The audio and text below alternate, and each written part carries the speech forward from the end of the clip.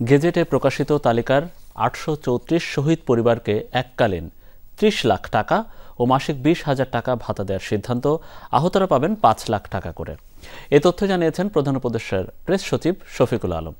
সন্ধ্যায় এক প্রেস ব্রিফিংয়ে তিনি জানান, জুলাই আন্দোলনে শহীদদের পরিবার, সে সাথে আহতদের সরকারিভাবে বিভিন্ন সুবিধা দেওয়া হবে।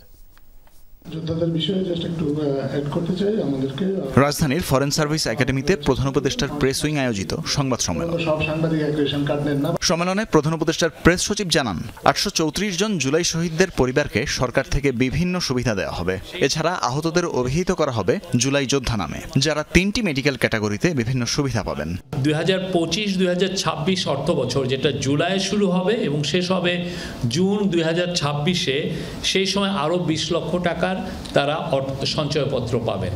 প্রত্যেকটা পরিবার প্রতি মাসে 20,000 টাকা করে ভাতা প্রদান করা হবে।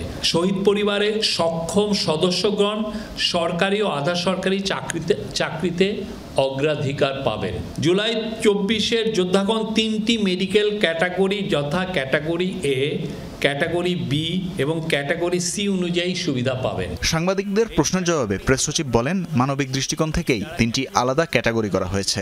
এরপর যে সরকার ক্ষমতায় আসবে তারাও এই সিদ্ধান্তের বাস্তবায়ন করবে বলে আশা প্রকাশ করেন তিনি। জানান, গ্যাজেটেড শহীদের সংখ্যা 834 জন হলেও এ নিয়ে তদন্ত ও অনুসন্ধান চলছে।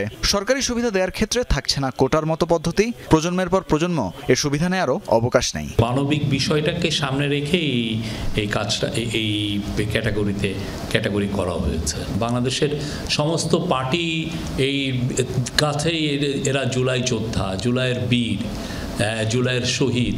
তো এটা আমরা মনে করি যতদিন বাংলাদেশ থাকবে জুলাই যোদ্ধাদেরকে কেউ ভুলবে না। এটা কোটার বিষয় না, আর এটা এমন যে জেনারেশন আফটার জেনারেশন সেটাও না। অনেক শহীদের কে আমরা এখনও আমাদের কিন্তু এই ইনভেস্টিগেশন চলছে, আমরা কিন্তু আরও সার্চিং করছি, কেননা ইউএনের হিসাবে কিন্তু এটা 1400-র মতো। এর আগে দুপুরে ঢাকা কলেজ সাংবাদিক সমিতি আয়োজিত 2 দিনব্যাপী সাংবাদিকতা বিষয়ক প্রশিক্ষণ কর্মশালায় যোগ দেন প্রধান উপদেষ্টার প্রেস সচিব শফিকুল আলম।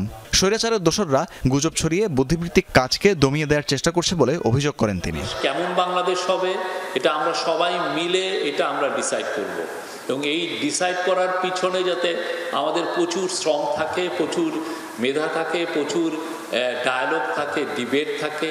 পরাজিত শক্তির অপচেষ্টাকে রুখে দিতে তরুণদের এগিয়ে আসার ব্যাপারেও জোর দেন প্রধান উপদেষ্টার প্রেস সচিব। তানভীর মৌসুম, যমুনা নিউজ, ঢাকা।